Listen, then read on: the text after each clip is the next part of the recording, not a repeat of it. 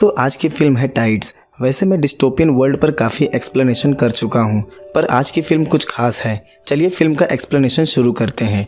Climate change, उसके बाद महामारी और दुनिया में हो रही जंगों के बाद अब पृथ्वी निवास योग्य नहीं है। जो इस दुनिया को रूल कर रहे हैं वो रहने के लिए केपलर 209 प्लैनेट पर चले जाते हैं। करीब 100 सालों बाद केपलर 209 से एस्ट्रोनॉट की एक टीम पृथ्वी की तरफ भेजी जाती है, जिस मिशन को उन्होंने अलेसिस प्रोजेक्ट का नाम दिया था। इस मिशन का मकसद पृथ्वी पर जीवन का पता लगाना था। क्या अब पृथ्वी पर वापस लौटा जा सकता है? पर पहला मिशन जो भेजा गया था, लैंडिंग के वक्त उससे संपर्क टूट जाता है। अब उन्होंने दूसरा मिशन अलेसिस प्रोजेक्ट 2 पृथ्वी की तरफ भेजा है, पर जैसे ही वो पृथ्वी के वातावरण में आता है, अंतरिक्ष शटल समुद्र में क्रैश हो जाता है। इस शटल में 3 एस्ट्रोनॉट थे। जो इस मिशन को लीड कर रही थी उसका नाम ब्लेक है। वो किसी तरह किनारे पर आ जाती है। वो अपने शटल की तरफ जाती है। एक एस्ट्रोनॉट तो वही मर गई थी, पर एक एस्ट्रोनॉट अभी भी जिंदा है, बस वो घायल था। उसका नाम टकर है। वो टकर का मास्क उतारती है क्योंकि पृथ्वी अब रेडिएशन फ्री है। समुद्र में हर 24 घंटे में तूफान आता है, जिससे काफ़ी ऊंची लहरें उठती हैं और चारों तरफ कोहरा छा जाता है। अगला तूफान 7 घंटे बाद आएगा। उससे पहले इन्हें यहाँ से निकलना होगा, पर टकर वहाँ से उठकर नहीं जा पाता है क्योंकि वो जख्मी हो गया था। ब्लेक खुद अकेले जाकर आसपास मुआयना करने का फैसला करती है। हाई रेडिएशन की वजह से केपलर पर ह्यूमन इनफर्टिलिटी रुक गई थी, जिसकी वजह से वो बच्चे पैदा नहीं कर सकते, और अगर इसी तरह चलता रहा तो इंसानों का नामो निशान इस यूनिवर्स से ख़त्म हो जाएगा। वहाँ वो एक समुद्री जीव को देखते हैं जो रिप्रोडक्शन में सक्षम था। टकर ब्लेक से बायोमीटर टेस्ट रन करने के लिए कहता है क्योंकि उन्हें केपलर 209 के रेडिएशन से दूर हुए 9 सालों से ज़्यादा का वक्त बीत चुका है। वो बस ये देखना चाहते थे क्या पृथ्वी पर ह्यूमन इनफर्टिलिटी संभव है, पर टेस्ट नेगेटिव आता है क्योंकि केपलर 209 के रेडिएशन का असर अब तक उनके शरीर पर था। टकर उसे शटल पर वापस लौटने के लिए कहता है क्योंकि मौसम तेज़ी से बदल रहा था, पर फॉग की वजह से ब्लेक को दिखाई देना बंद हो जाता है। टकर बाहर आकर हवा में फ्लेयर गन शूट करता है ताकि ब्लेक उसे फॉलो करके शटल तक आ जाए। तभी टकर को महसूस होता है कि उसके अलावा यहाँ पर और भी कोई है। वहाँ 2 शख्स आ जाते हैं। उसमें से एक शख्स को टकर चेहरे पर फ्लेयर गन से शूट कर देता है, पर जब तक ब्लेक उस जगह पहुँचती है, शटल और टकर दोनों गायब थे। ब्लेक को साउंड डिवाइस में टकर की आवाज़ आ रही थी। वो अपनी स्नाइपर गन से देखती है। दूर कुछ लोग उस शटल को घसीट कर ले जा रहे हैं।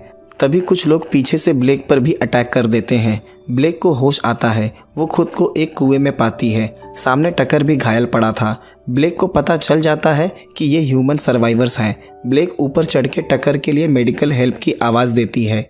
बाहर कुछ 7 से 8 साल के बच्चे भी थे। उन्हें पता चल जाता है पृथ्वी पर रेडिएशन नहीं है और ह्यूमन इनफर्टिलिटी संभव है। तभी कुएं में रस्सी फेंकी जाती है। वो उस रस्सी की मदद से ऊपर आती है। बाहर कुछ शख्स तीर कमान के साथ खड़े थे, जिसे मर्ड समूह के नाम से जाना जाता है।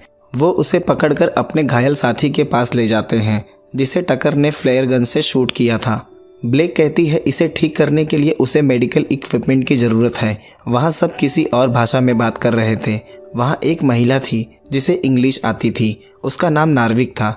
वो शटल से जाकर अपनी किट लेकर आती है और उस शख्स को ठीक कर देती है। उसे फिर से कुएं में डाल दिया जाता है और वो टकर से कहती है उसने पूरी कम्युनिटी को देखा है, जिसमें बच्चे भी हैं। इसका मतलब पृथ्वी का वातावरण इंसानों के रहने योग्य है और इसकी रिपोर्ट उन्हें जल्द ही केपलर 209 तक भेजनी होगी। पर मर्ड्स के लोगों ने शटल पॉड के सभी पैनल को डिस्ट्रॉय कर दिया था, पर उन्हें रिपोर्ट भेजने के लिए बायोमीटर की ज़रूरत होगी, जो कि उस शटल में है। टकर ने अपना काफ़ी खून गंवा दिया था और इस वजह से वो अपना मिशन नहीं रोक सकते, इसलिए वो सुसाइड कर लेता है। इस वजह से ब्लेक काफ़ी दुखी हो जाती है। वो अपने पास्ट को याद करती है। केपलर 209 पर जब वो छोटी थी तो पृथ्वी के पहले मिशन में उसके पिता भी थे, जो आज तक लौटकर वापस नहीं आए। उस वक्त वो अपने पिता को जाने नहीं देना चाहती थी। उसके पिता उसे यकीन दिलाते हैं मानवता को बचाने के लिए उन्हें जाना होगा, और आज ब्लेक भी पृथ्वी पर मानवता को बचाने के लिए आई है। तभी तूफान की वजह से कुएं में पानी भरने लगता है और वहाँ से ब्लेक को निकालकर बोट पर बांध दिया जाता है। मर्ड समूह इसी तरह से रहा करता था। रात ब्लेक देखती है बोट पर एक नवजात बच्चा भी है, जिसने कुछ दिन पहले ही जन्म लिया है। ब्लेक का जन्म केपलर पर ही हुआ था, इसलिए उसे पृथ्वी की कोई जानकारी नहीं थी। पृथ्वी के बारे में उसने अपने पिता द्वारा काफ़ी जानकारी हासिल की थी। सुबह तूफान चला जाता है और वो ब्लेक को लाकर फिर उसी कुएं में डाल देते हैं। वो देखती है कुछ बच्चों के हाथ में उसका बायोमीटर केस है। वहाँ एक लड़की थी, उसका नाम माइला था। वो ब्लेक को देख रही थी। ब्लेक उससे बायोमीटर केस लाने के लिए कहती है। तभी उस कुएं में कुछ लड़कियों के साथ एक महिला को भेज दिया जाता है, जिस महिला के पास वो नवजात बच्चा था। ब्लेक बाहर गोलियों की आवाज़ सुनती है। वो ऊपर छिपकर देखती है। कुछ लोगों का ग्रुप है जो इन्हें ज़बरदस्ती उठाकर ले जा रहे हैं और कुछ लोगों को गोली मार दे रहे हैं। ये हॉस्टाइल समूह था जो कई बार आकर मर्ड समूह के लोगों को बंदी बनाकर लेकर चले जाते थे। अब बस उस कुएं में ब्लेक के साथ 2 लड़कियां और एक महिला बच गई थी। बाहर नार्विक भी बच गई थी। वो माइला का नाम पुकार रही थी। माइला नार्विक की ही बेटी है। ब्लेक बाहर आकर देखती है, हर तरफ तबाही का मंजर था। नार्विक उन लड़कियों को छोड़कर वहाँ से जाने लगती है। ब्लेक उसका पीछा करने लगती है।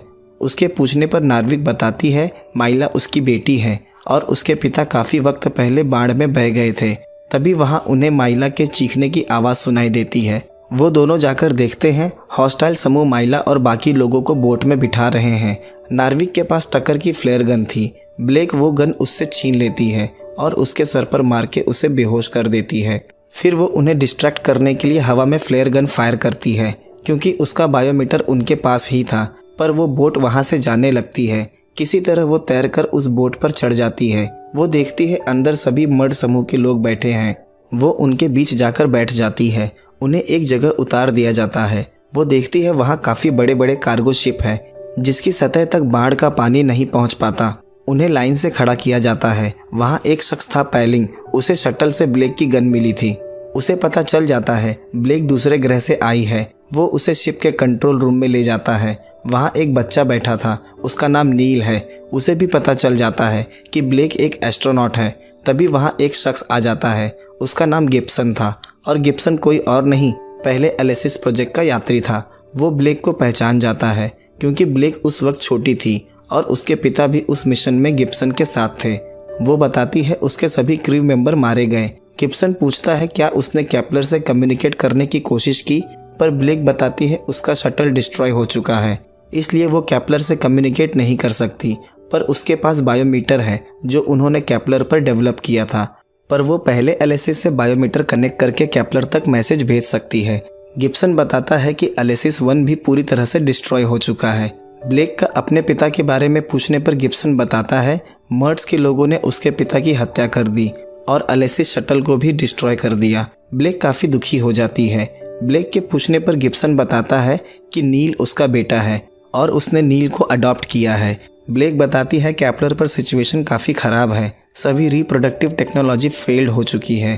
अब पृथ्वी ही उनकी आखिरी उम्मीद है। गिब्सन उसे अपना प्लान दिखाता है, जहां पृथ्वी पर वो एक नई सिविलाइजेशन को खड़ी करना चाहता है और इस तरह से वो भविष्य की पीढ़ी की रक्षा कर सकते हैं। रात ब्लेक अपने पिता को याद कर काफ़ी दुखी हो जाती है। उसे अपने पिता की कही हुई बात याद आती है, किसी भी तरह से उन्हें केपलर वासियों को बचाना होगा। जाते वक्त वो देखती है गिब्सन बच्चों की क्लास ले रहा है।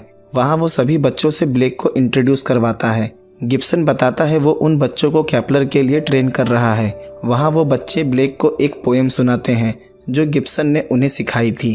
तभी वहाँ एक महिला माइला को लेकर आ जाती है। माइला को वहाँ देख ब्लेक को काफ़ी अजीब लगता है। वहाँ बच्चे ब्लेक से केपलर के बारे में काफ़ी सवाल करते हैं। वहाँ से वो नील के कमरे में चली जाती है। वो अकेला स्टडी कर रहा था। उसे प्राइवेट लेसन दिए जाते हैं। नील ब्लेक को एक पौधा दिखाता है जिसे उसने छिपा कर रखा था। ब्लेक ने असल ज़िंदगी में आज तक पौधा नहीं देखा था, बस उसके बारे में सुना था। नील उसे पौधे के बारे में डिफ़ाइन करता है, बिल्कुल वैसे ही जैसे ब्लेक के पिता ने उसे बचपन में बताया था। ब्लेक के पूछने पर वो बताता है कि ये उसे कोलंबस ने सिखाया है। वो शख्स इंजन रूम की बगल वाली कैबिन में रहता है, पर वहाँ किसी को जाना अलाउ नहीं है। ब्लेक उस जगह खुद जाकर देखने का फैसला करती है। उसका शक बिल्कुल सही था। उस कैबिन में उसका पिता कैद था। वहाँ गिब्सन आ जाता है।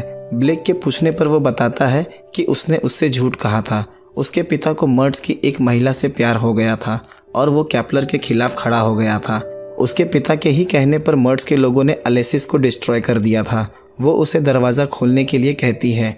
भीतर दोनों एक दूसरे को देख भावुक हो जाते हैं। ब्लेक उससे पूछती है क्या ये सब सच है। उसने केपलर के लोगों को धोखा दिया और वो उसका 15 सालों तक इंतज़ार करती रही। उसका पिता कहता है ये बात सच है कि उसने मर्ड्स का साथ दिया और वो ये नहीं चाहता था कि केपलर वासी धरती पर आए। ब्लेक वहाँ से गुस्से में चली जाती है। दूसरे दिन ब्लेक एक वेदर स्टेशन को पानी में देखती है और वो बायोमीटर को वेदर स्टेशन से कनेक्ट करके केपलर 209 तक इन्फॉर्मेशन पहुंचा सकते हैं कि अब पृथ्वी रहने लायक है। गिब्सन कहता है कि वो उसका बायोमीटर जल्द ही ढूंढ लेगा। रात सब डिनर पर बैठे होते हैं, तभी बिजली चली जाती है और पैलिंग वहां आ जाता है। वो बताता है कि कोई अनजान शख्स शिप में घुस आया है। ब्लेक चेक करने कॉरिडोर में चली जाती है। वहां नार्विक आ जाती है और ब्लेक के गले पर चाकू लगाकर माइला के बारे में पूछती है। ब्लेक उसे माइला के पास ले जाती है। तभी वहां पैलिंग आ जाता है और वो नार्विक को पकड़कर ले जाने लगते हैं। जाते वक्त वो ब्लेक से कहती है कि यहाँ सिर्फ लड़कियों को ही कैद में रखा जाता है। रात ब्लेक ये सवाल गिब्सन से ही करती है कि वो सिर्फ मर्ड की ही लड़कियों को कैदी क्यों बनाता है। गिब्सन बताता है कि केपलर पर अब महिलाओं की उम्र 40 से 45 साल हो चुकी होगी और जब तक वो पृथ्वी तक पहुंचेंगे तो उनकी उम्र 50 से 55 तक हो जाएगी और वो बच्चे पैदा करने में सक्षम नहीं रहेंगे। इसलिए वो इन लड़कियों को यहाँ रख रहा है ताकि केपलर वासियों के आने तक वो बड़ी हो जाएं और वो इन लड़कियों को रिप्रोडक्शन के लिए इस्तेमाल करेंगे। केपलर 209 से पृथ्वी की दूरी लगभग 10 सालों की है। तभी वहाँ पैलिंग बायोमीटर बॉक्स लेकर आ जाता है, पर उसमें बायोमीटर नहीं था। उसे ब्लेक पर शक होता है और वो दोनों को जाकर बायोमीटर ढूंढने के लिए कहता है। दोनों वहाँ से चले जाते हैं। गिब्सन देखता है ब्लेक का बायोमीटर नील के पास है। ब्लेक अपने कमरे में आती है। वहाँ लॉकर में माइला छिपी हुई थी। वो काफ़ी डरी हुई थी। ब्लेक उसे यकीन दिलाती है कि वो उसकी माँ को ढूंढ लेगी। अब उसे भी पता चल चुका था कि गिब्सन गद्दार है। उसके पिता बिल्कुल सही थे जिन्होंने मर्ड्स का साथ दिया था। तभी वहाँ पैलिंग आ जाता है। वो माइला को तलाश कर रहा था। उसे शक है कि वो ब्लेक के ही कैबिन में छिपी है। पैलिंग ब्लेक के साथ ज़बरदस्ती करने लगता है। ब्लेक के गले में जो साइनाइड की गोली थी वो उसे पैलिंग के मुंह में डाल देती है और वो वहीं मर जाता है। फिर वो माइला को वहाँ से लेकर भागने लगती है। वो उसे नार्विक के पास ले जाती है और वहाँ से सारे मर्ड्स को रिलीज़ करवा देती है। फिर वो अपने पिता के पास जाती है। वहाँ वो बाहर देखते हैं गिब्सन नील और उसकी माँ को लेकर वेदर स्टेशन की तरफ जा रहा है। वहाँ उसे पता चलता है कि उसका बायोमीटर गिब्सन के पास है और वो केपलर 209 को संदेश भेजने जा रहा है। यहाँ उसका पिता बताता है कि उस मैसेज को केपलर 209 तक पहुँचने से रोकना होगा। अगर ऐसा हुआ तो केपलर वासी धरती पर आकर मर्ड्स लोगों को अपना गुलाम बना लेंगे और ये सभ्यता खत्म हो जाएगी और पृथ्वी पर सिर्फ मर्ड्स का हक है।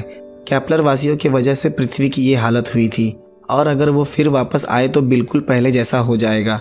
नील उसके पिता का ही बेटा है। नील की माँ वही महिला है जिससे ब्लेक के पिता को प्यार हुआ था। गिब्सन ने झूठ कहा था कि उसने उसे अडॉप्ट किया है और नील सबसे बड़ा प्रूफ है कि पृथ्वी पर फर्टिलिटी पॉसिबल है।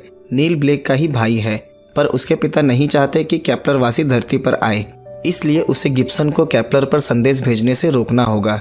ब्लेक वेदर स्टेशन पर पहुंच जाती है और गिब्सन को केपलर पर संदेश भेजने से मना करती है, पर गिब्सन नील की मां को शूट कर देता है और नील पर गन पॉइंट करके केपलर तक सफलतापूर्वक संदेश भेज देता है। उसके बाद ब्लेक गिब्सन को पानी में लेकर कूद जाती है और गिब्सन की मौत हो जाती है। नार्विक ब्लेक को पानी से बाहर निकालती है और वो CPR देकर उसे बचा लेती है। सभी मर्ड्स वासी फिर से आज़ाद हो जाते हैं। आखिरी दृश्य में हम ब्लेक और नील को एक साथ बैठा हुआ देखते हैं और नील उससे सवाल करता है, क्या केपलर वासी धरती पर वापस आने वाले हैं? ब्लेक उसका जवाब देती है, हाँ, बहुत जल्द। उन्हें उसके लिए तैयारी करनी होगी और फिल्म इसी दृश्य के साथ ख़त्म हो जाती है। दोस्तों, पृथ्वी के अलावा यूनिवर्स में दूसरा कोई प्लैनेट नहीं है जहां इंसान सर्वाइव कर सके और ये प्रूव हो चुका है। हर साल space agencies $billion Galaxy research में खर्च कर देते हैं। अगर वही मेहनत और पैसे पृथ्वी के सुधार में लगाए जाए तो पृथ्वी इंसानों के लिए और बेहतर हो सकती है। एलोन मस्क का कहना है कि वो मार्स पर कॉलोनी बनाएंगे। जैसा कि हम सब जानते हैं कि मार्स पर सिर्फ 0.16% ऑक्सीजन है, जो कि न के बराबर है, और मार्स इंसानों के रहने योग्य नहीं है। और कभी कभी मार्स पर तापमान -220 डिग्री तक गिर जाता है, जिसमें कोई जीव या इंसान सर्वाइव नहीं कर सकता। और इस कहानी के जरिए हमें एक संदेश दिया गया है, अगर मानव के भविष्य को बचाना है तो पहले पृथ्वी को बचाना होगा। दोस्तों, अगर वीडियो अच्छी लगी हो तो वीडियो को लाइक शेयर कर दें और चैनल को सब्सक्राइब करना ना भूलें। मिलते हैं अगले वीडियो में एक नए एक्सप्लेनेशन के साथ।